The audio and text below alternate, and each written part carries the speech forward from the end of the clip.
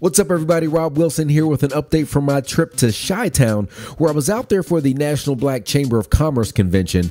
But while I was out there, I had the opportunity to do a little bit of sightseeing, go around and see some of the famous landmarks in the city, do some reflection at the top of the Willis Tower, where the view is absolutely amazing. You guys, make sure you get there sometime. I also took the opportunity to hobnob with some political figures. Here I am with Governor Pat Quinn of Illinois. We heard some words from Mayor Rahm Emanuel at the conference, and we also had this fantastic boat cruise where we were able to take in this beautiful skyline of the city of Chicago. But eventually the time came to get down to business, and I facilitated one of my wealth building workshops. You know, we have to go and help people get their money right. And I also had the fantastic opportunity to moderate a panel discussion with some very successful individuals, including David Otunga from the WWE, J. Alexander Martin, co-founder of FUBU, Claudia Jordan, supermodel, and Chef Roble from the hit Bravo TV show Roble Co. And he was gracious enough to sit down with me for this interview for the Movers and Shakers podcast. What's up, everybody? Welcome back to another edition of the Movers and Shakers podcast. Of course, I'm your host, Rob Wilson, and this week we're coming to you exclusively from Chicago, Illinois at the National Black Chamber of Commerce convention, and I'm here and delighted to be with Chef Roble. How you doing, man? I'm good. How about you? I'm fantastic, and we definitely appreciate your time. So just real quick, for the small, minute population of people who might not be familiar with your story, can you just give us a quick rundown of your background and what you do? Okay, my name is Roble Ali. I'm a professional chef. I own a catering company out of Brooklyn, New York called Roble Co. We do events all over the country, even here. We're here in Chicago, one of my favorite cities in the world. And yeah, I stay pretty busy. I do a TV show on Bravo called Chef Roble Co. And you know, you can catch me all over the place. You know, I do podcasts, I do local television shows. You know, I never know where I'm going to be. I'm all over the place. I was in New Orleans working last week. I'm here in Chicago. I'm going to go to the Hamptons in a few days. So you know, it's fun. I have a good time with Well, if you need anybody to carry your bags or anything, or supplies, spices, I'm available. I can come do that for you. I need a guy to stand next to me with a fire extinguisher at all times. There it is. There it is. Can't have you catch it on fire. I haven't filled yet. Yeah.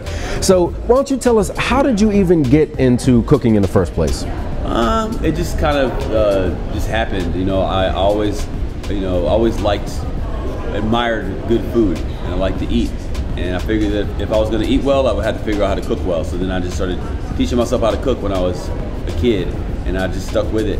And you know, like it just happened. I wish I had some grand plan or design. I just did the same thing. I stuck with it, and now it's my job, and it's fun. Well, when did you realize that you could truly make a great living at this? Pretty early on. Well, I knew it, but I didn't know it, if that makes sense. When I was a kid, I would cook for my sisters, and then they would do my chores for me. I'd be like, look, I'll make breakfast, but y'all gotta do all the dishes, and I'm not doing any laundry today. And they'd be like, okay, fine. So, you know, that's when I figured that I could leverage that craft. I could leverage my art to be able to get other benefits. You know, so I guess it was then. And then, you know, when I got a little bit older, I didn't know what I wanted to do with myself. Like after high school, and my mom had the idea of me going to culinary school. I'm from Poughkeepsie, New York, and right next to there's Hyde Park, New York, where the Culinary Institute of America is located, and that's the best cooking school in the world. So it was her idea. She's like, hey, Culinary Institute's right there. You like to cook, you should go to cooking school. I was like, that's why you're my mom. You're brilliant. I'm going to do exactly that. And yeah, that's it. So what was your first move after culinary school? My first move after culinary school was I moved back down to New York City, in Brooklyn, and I got a job at this little French restaurant and worked my ass off and learned a lot. And then you know, moved to some other places, worked in different restaurants. I got lucky enough to get hired by Chef Chris Santos. He's one of my best friends. He's my mentor. You probably catch him on Food Network on Chopped. Yeah. The judge with the bald head and the I'm addicted to that show, by the way. Okay, so you know Santos then. That guy kicked my ass for a long time. He taught me basically everything I know. You know, big thanks to him. So, you know, I was blessed to work with very talented people, and, you know, if it wasn't for him, you wouldn't even be sitting here talking with me right now. What was the biggest thing that you learned from working with him? Working with Chris? The biggest thing I learned is so many. But I think the biggest thing that I learned from him is there's no rules in art. There's no rules in art. Like in cooking school, there's rules and rules and rules, and it's like, you know, you're not supposed to do this with that. You're not supposed to mix this with that. It's like an orthodoxy, right? Mm-hmm. But you know, orthodoxy is I think belongs in religion and only in religion. Like unorthodox, that belongs. There's no place for orthodoxy in art, and cooking is an art. That's what I learned from him, because he would just do stuff that was completely against the grain, but you know, but tasted amazing or looked beautiful, and you know, I never told him that before. But Chris, if you're watching, that's the biggest thing I've learned from you. And you know what? I talk to, you know, my listeners about that all the time, because I just think that we're in an era where you just don't need someone's permission to do things anymore, whether that be with your art and trying new recipes, or, you know, listen, if you want to be a TV star, as you are, you don't. Most people don't have to wait for permission. Go get yourself a camera and upload a video to YouTube and get people to watch it. I think that's so great that you said that was the biggest thing that you learned, because I think if people realize that they don't need permission anymore, that they can be much more successful and live the lives that they truly want to live. Yeah, I just want to add on to that. Right before you and I started speaking today, we were having a conversation in one of the other rooms about, you know, social media or things like YouTube, and you know, it levels the playing field to where people with talent can just put it out there.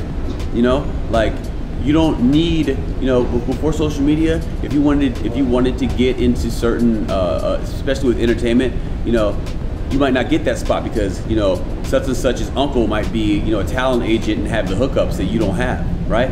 But now you don't need the hookup. You take it on your own. If you're a comedian, start a Vine page and just start put together funny videos. You're gonna get followers and somebody's gonna notice you. You know, same thing with Instagram. You know, you can put your stuff out there to the masses, and you know, I think it's beautiful. I think it offers a lot more opportunity for talented people. So yeah, just do it. Just do it. There's no excuses anymore. I love that. So you've had the opportunity to work with some very influential people. I heard that you cooked for the president, the first lady, that was awesome. A lot of other celebrities. How were you able to get those types of people as customers? Well, I'm gonna go back to Chris Santos, who placed me at a place in New York City. It's called Avenue, and I used to feed a lot of celebrities there, like every night. So after a while, you know, the guy that's feeding the celebrities, after a while, people are going to come asking about him, and that's me. So, you know, feeding those people had attention brought to me, and then it's like a snowball effect. So now people are checking for me. So now Bravo wants to do a TV show with me, and I'm doing that, and people see that, so that blows it up even more. So just being in the public, you know, just attention, and then, you know what, though, just doing a good job. Because if you're not going to do a good job, nobody's going to hire you, nobody's going to pay attention to you. So you know what, I cook my ass off, and I work hard, and I'm not even there yet. I'm not, you know, people, you know, oh, hey, this is the master chef Roble. I'm not even a master yet. I still have a lot of learning to do, but I try very hard, and I have great relationships with people. And I do a good job. I can say that I do a good job. So I think that's really what it is. So let's dig in a little bit deeper, because on this show we don't like to let people off the hook by just saying, you know, I work hard. The folks that are listening, they want to know how they can potentially do what it is that you do. So when you say work hard, what does that mean? Does that mean you get up at 5:30 a.m. and you do 100 push-ups, or you know, what does that mean for Chef Roble to work hard? Okay, let me rephrase that. I don't work hard. I work smart. Okay, work smarter, not harder. So, you know, to me, see, I can only speak for myself. Now, if you're watching this and you can take what I'm saying and apply it to your situation, that's great. But, you know, it all starts up here, the way you think. Thinking positively is the number one thing. Having faith and making sure that positive thoughts are the bulk of your thoughts. That's the most important thing I could say. So do you talk to yourself sometimes? All the time I talk to myself. I talk to myself out loud sometimes. I talk to myself in my head. I think out loud. Yes, I do. And I'm not, maybe I'm crazy, but whatever, it works for me. No, you're not crazy. Yeah. The reason I asked you that is because I was hoping you were going to say that, because I tell people, the most successful people, they talk to themselves all the time, and the people that tell themselves the right things are those who can truly achieve what they want to achieve. Yeah, I have conversations with myself all the time. So that's good. You know, just cultivating great relationships. Don't burn bridges. Do what you say you're going to do. Overpromise. I'm sorry. Do what you say you're going to do. You know, underpromise and overdeliver. You know, how soon can you have this done for me? I could probably have it done by 5. Now I'm talking to myself in my head. I could probably have this done by 5. But you know what? I'm going to tell them that I can have it done by 7 p.m. Just in case. You know what? I'm gonna probably have it done by 5. Yeah. I usually will. Right. And they're happy. Like, hey, you're early. Yeah. You know, so you know, under promise, over deliver. Never go the other way around. You know, surround yourself with good people. You know, most of the people that work closely with me are smarter than I am, and that's on purpose. You know, if you're the smartest guy in the room, you're in the wrong room. You know, surround yourself with good people that are going to help you. And, you know, just try to be a good person. That's all I can say. You know? Now, when people look at folks like yourself, you're a TV star, you're very successful, and you're doing the things that you want to do in life, the tendency is to believe that everything sort of happened in a straight line, and it's just shot to, you know, stardom, and that was it. Can you talk to us about maybe a time that you failed at something, and maybe what you learned from that? Well, I got kicked out of cooking school. I didn't even graduate cooking school, but I applied all those things that we just talked about. I mean, that was a big failure for me, and I for a little while I thought that that career path was done for me, but that's the only thing that I had. So I had to keep trying at it, and I applied all those things that we just talked about, and now you're interviewing me. You know, like I feel special that somebody would even want to sit down and take the time to put up a couple of cameras and talk to me. So, you know. Was it grades? Were you just not into school at that point? No, I got in trouble. I was a knucklehead. Okay. I used to be a knucklehead. I'm not anymore. But yeah, I worked it out. And you know, thank God for that. I was able to navigate my way back through, and you know, got blessed to work with some great people. And what did you learn from that experience, and how were you able to turn that around? Well, I learned that there's a lot that I learned, but I learned that, you know, it's about, you know, people that you surround yourself with are important. You know, I'm from Poughkeepsie, New York. You know, it's a kind of a tough place. You know, and I had to get up out of there. Yeah. You know, I couldn't hang around the same people I hung around when I was in high school and in middle school. Like, you know, I'm in cooking school now. I got to switch it up. And did I answer your question? Yeah. I mean, I think what I really want to convey to people is how did you have where did the fortitude come to sort of turn that negative into a positive? Because a lot of people may go through an experience like that and then they're finished. I don't know. I mean, I don't know. I mean, you know, my mom is very tough. She's a very tough lady, as well as my father. God rest his soul. You know, like my mom. You know,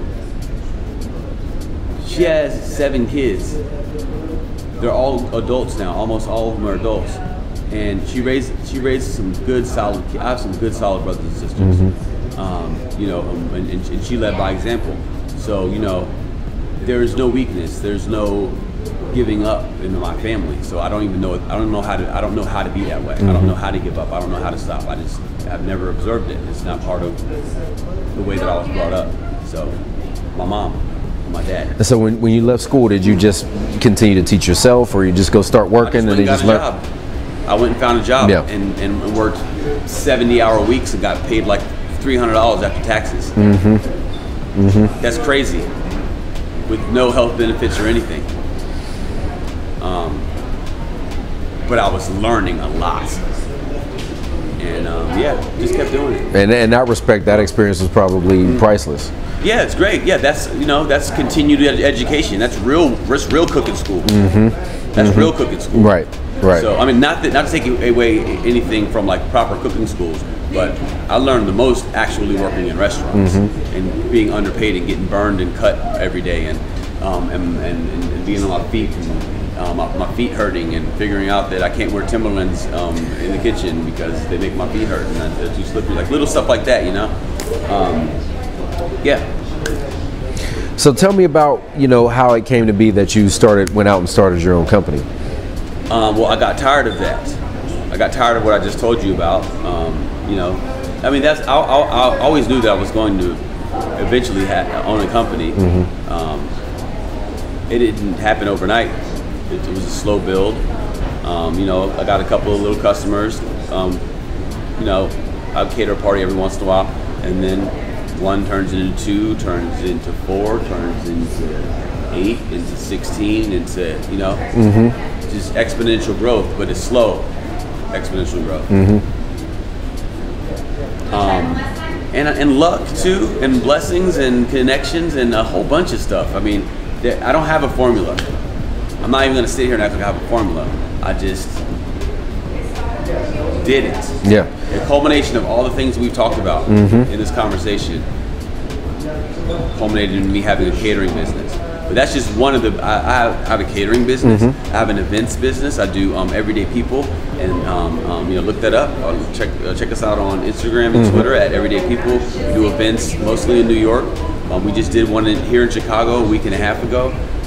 We've done DC. We're going back to DC. We've done Atlanta. We're going back to Atlanta, Houston. We haven't done Philly. We're going to Philly. We're doing Toronto in August. So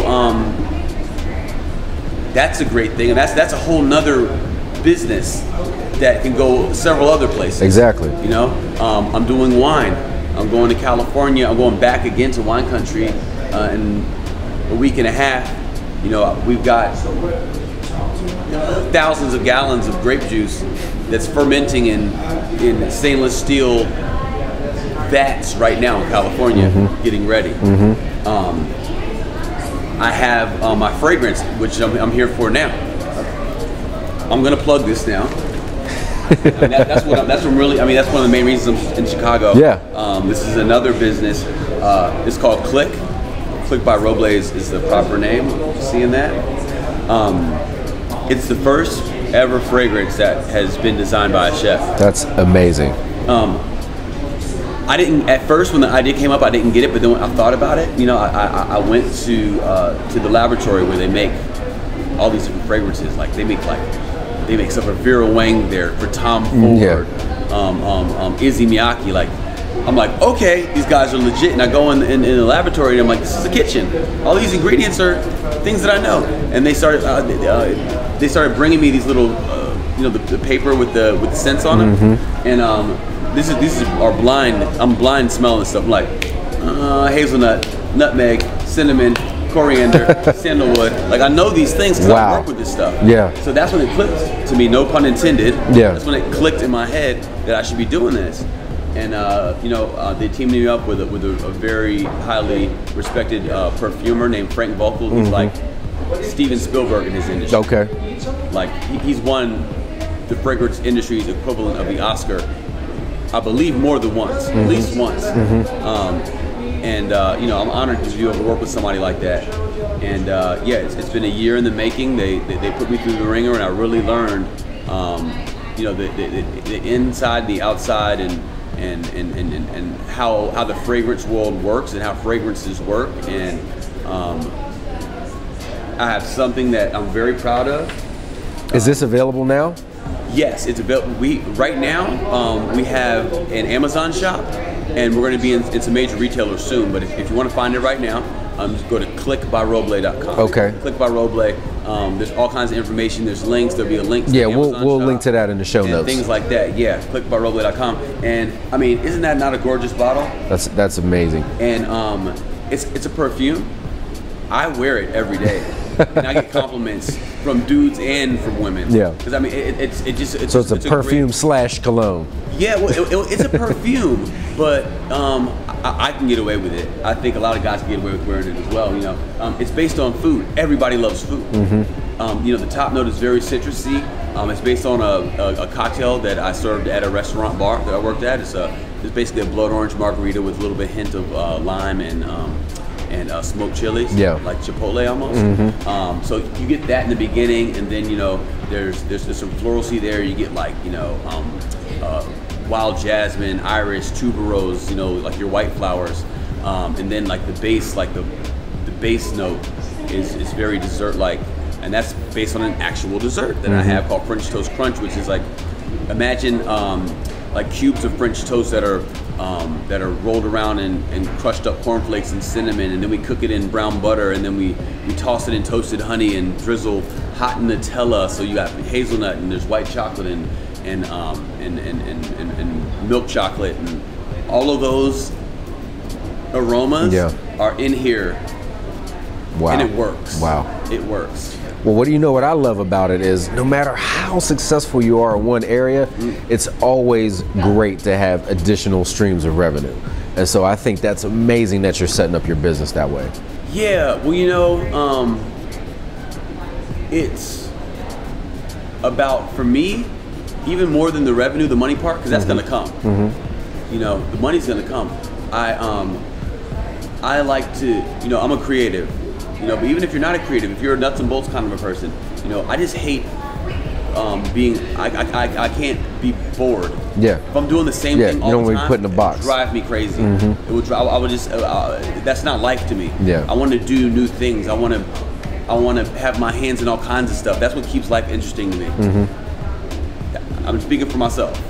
So that's what that is. Yeah. So the diversification, I guess, of the things that I'm into is not. I'm not even looking at it from a business or money making standpoint. I just want to have fun and be creative and just let my energy and let it flow. You know, like I just started photography, which I've been pushing off for years and years, but I always loved taking pictures. And I finally got myself a nice camera, and I'm doing that. So who knows? Maybe in 5 years, I can call myself a photographer, and maybe I might be at your wedding, taking the photos, and then my catering company is doing the food. We'll have to talk after this because I'm gonna need all of those things pretty soon. Yeah, so we'll have to talk. I got you. So you know, I just want to. We never stop learning. We never stop learning, and it's fun. It's fun. It's fun to learn and do new things and branch out. Yeah, you're dropping a lot of knowledge on the audience here. What do you feel like your biggest achievement so far? My biggest achievement so far. That you're most proud of? Well, from what other people tell me, I get when I meet people, and when I know that I've inspired other people to start cooking or to quit their job and start their own company or anything like that, those are my biggest accomplishments. That makes me happy. And it happens more and more often. Right before we started, I walked in the room over there, and a woman said, "Hey, I want you to meet my daughter. She's a fan of yours. She wants to go to culinary school." Like stuff like that. Those are my biggest. If I can inspire other people, I love it. What's better than that, man? Yeah. I mean, those are people's lives. So you know what? So to that point, somebody's out there watching, listening. They're saying, "I want to do that." What are the steps that you would suggest that they could go do right now? Literally, when they're finished watching or listening to this, what should they go do to start on a path that would hopefully lead them to the type of success you've achieved? Okay. Well, I'm just saying in general. You want to be a chef. If you want to have a landscaping company. If you want to rent out Sea-Doos on Lake Tahoe, whatever business you want to be in, as an entrepreneur, you know, books, read. I think reading books by successful people. You know, love them or hate them, Donald Trump has some great books. I would, The Art of the Deal. The Art of the Deal was one of the first books I read when I started getting interested in business. Listen to this guy. Art of the Deal. I'm going to give you 3 books and take it from there. I would say The Art of the Deal by Donald Trump. I would say The Alchemist by Paulo Coelho. Am I pronouncing his name right? And then there's so many other ones. Okay, I'll give you a few. The Secret was great. I'll leave it there. The Secret. Those 3 books right there helped me greatly. Very, very greatly. Great. We'll link to all those books in the show notes as well. So before we let you go, we know you got the fragrance coming out. Yes. Anything else that you've got coming out that we need to let people know about? Yes. Well, I didn't let you guys know. There's a fragrance. There's also a shower gelée, and there's also a body butter. And it's not lotion. It's body butter. It's a little goes a long way, and it's very fragrant and rich, and there's no SLS, which is a sodium lauryl sulfate, which is a bad ingredient in my opinion. There's no parabens, ingredients that are found in a lot of beauty products that are very unhealthy and dangerous. So this would be like on the organic side of things. I don't use any of those things in my house, and I'm not going to put it into your house. So you have that benefit with this fragrance as well. On top of it smelling delicious, it's also conscious of health. So you have that. So have that right there. I have my catering company, which is my bread and butter, no pun intended, called Roble Co. I'm working on doing some restaurant stuff, maybe in Atlanta. Okay. Very likely in Brooklyn. There's a lot of possibilities. There's a lot of possibilities there. I'll be doing some more television stuff, possibly some film, like movie stuff, which would be very cool. That's a possibility. There's lots of stuff going on. There's the wine company, like I was talking about earlier. Food porn clothing. It's a line of T-shirts, and it's like literal food porn. Yeah, I saw. T-shirt, and we do baseball caps too. We're about to do a new line in the fall, some really interesting stuff. So that's at foodpornclothing.com.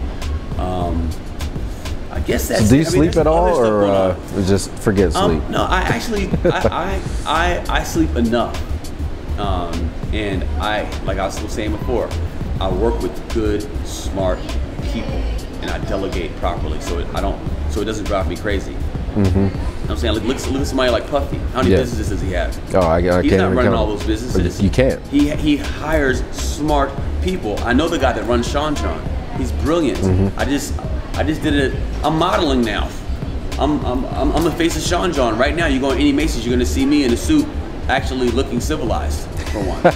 You know what I'm saying? Like, so that's another thing that I'm doing. But the point is, hire well. That's how Puffy can do everything he's doing. Exactly. That's how somebody like Jay-Z can do it, because he works with really, really, really, really great professional business people. So I'm trying to do the same thing. It's funny, I have this, I'm a financial advisor, so I've got this principles of 4 P's that I say this is really how you build wealth, especially in this country. And the first one is living up to your potential, and you've got that covered. Almost. It would be too much credit, but I will. I'm still working on it. And the second one is having products to sell. You can't get wealthy if you don't have any products to sell. Have that. Third one is people. You got to have people around you that can take some of that burden away from you, so that they can do the work that needs to be done. It's not always just about you, because you can't do everything. And then the last thing is property. Once you've amassed some cash, you invest those things in property that are going to that's the next step for me. I'm working on that right now as we speak. So there's where it is. You got any final one last just words of wisdom for our audience out there? Well, I said this earlier, but I'm gonna say it one more time so nobody forgets. And it's work smarter, not harder. Work smarter, not harder. That's great. And let our audience know all the where they can find you. Okay. I'm pretty easy to find.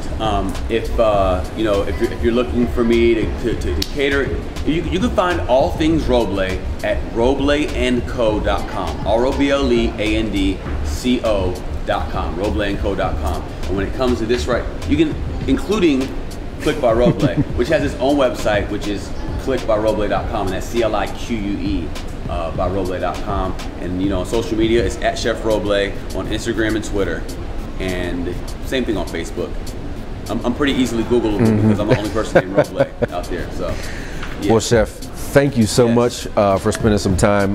You dropped so many nuggets of wisdom on the audience. I'm sure they're going to be heading to the kitchen as soon as this episode is over, and they're going to be trying to catch you, man. So you might have created some competitors out there too. All right, I love it. I love it. The more people cooking, the better. Everybody loves food. Everybody has to eat. Hey, if we don't eat, we can't live. So it's a good business to be in. I love it. Thank you so much. All right, brother. Appreciate it.